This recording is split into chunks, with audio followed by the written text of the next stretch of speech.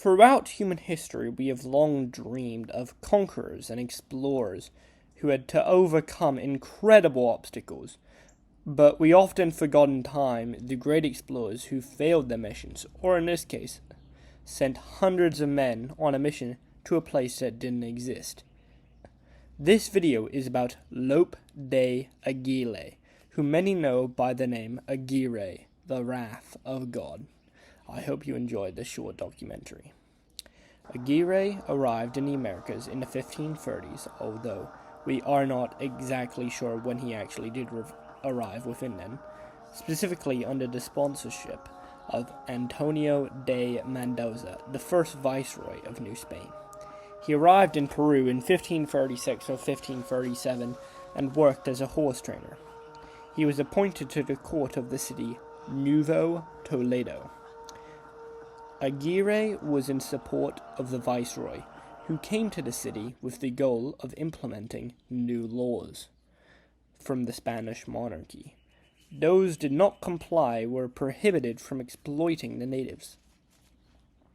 Aguirre went so far as to even take part in a plot to save the viceroy when he had been imprisoned.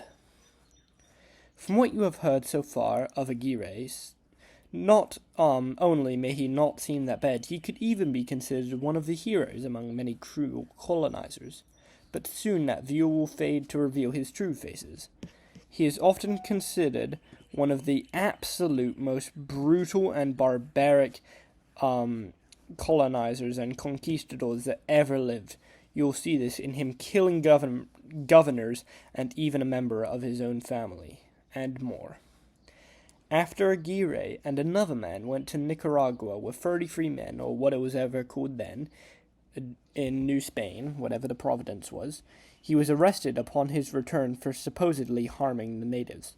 He most likely did indeed do this. The judge ordered Aguirre to undergo a public flogging. The plan didn't quite work as hoped, though, because the judge was so afraid of Aguirre that he literally ran away from his services and kept moving homes. Eventually, and obviously from what you have learned of Aguirre so far, Aguirre tracked the judge down in his own library taking a nap and stabbed him with a knife. In 1560, at approximately the age 50, Aguirre and his daughter, Elvira, joined an expedition led by Pedro de Ursua, consisting of 300 Spaniards and hundreds of natives, to reach El Dorado, the fictional city filled to the brim with gold. And this has often become a common piece in pop culture nowadays. The only issue is that both Aguirre and Ursua had alternate plans, and El Dorado did not actually exist, obviously, as we know. Ultimately, Aguirre won, at least temporarily.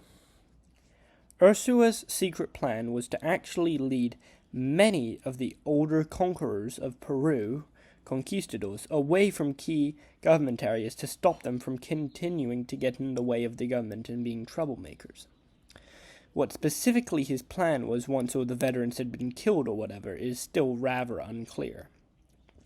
Aguirre's secret plan was to lead it as a crusade against the Spanish monarchy and establish himself as the independent ruler of New Spain.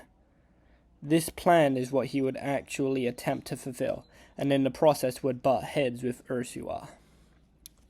A year into the expedition, Aguirre killed Ursua and his next successor, named Fernando de Guzman. This made Aguirre the leader of the mission, and thus the plan began to fall into full force. He urged 186 officers and soldiers to sign a statement acknowledging himself as the Prince of Peru and many of the titles.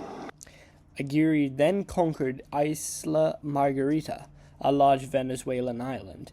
He suppressed all dissent to his reign and killed the governor. It was when his attempted revolution came to the mainland, although, that it came to a rather swift end. He was eventually captured at a slightly inland city in Venezuela, where he killed his daughter to keep her from being captured by the royalists, who he viewed as being uncouth people, which meant lacking good manners. He was eventually captured by royalist forces and shot by one of his own soldiers.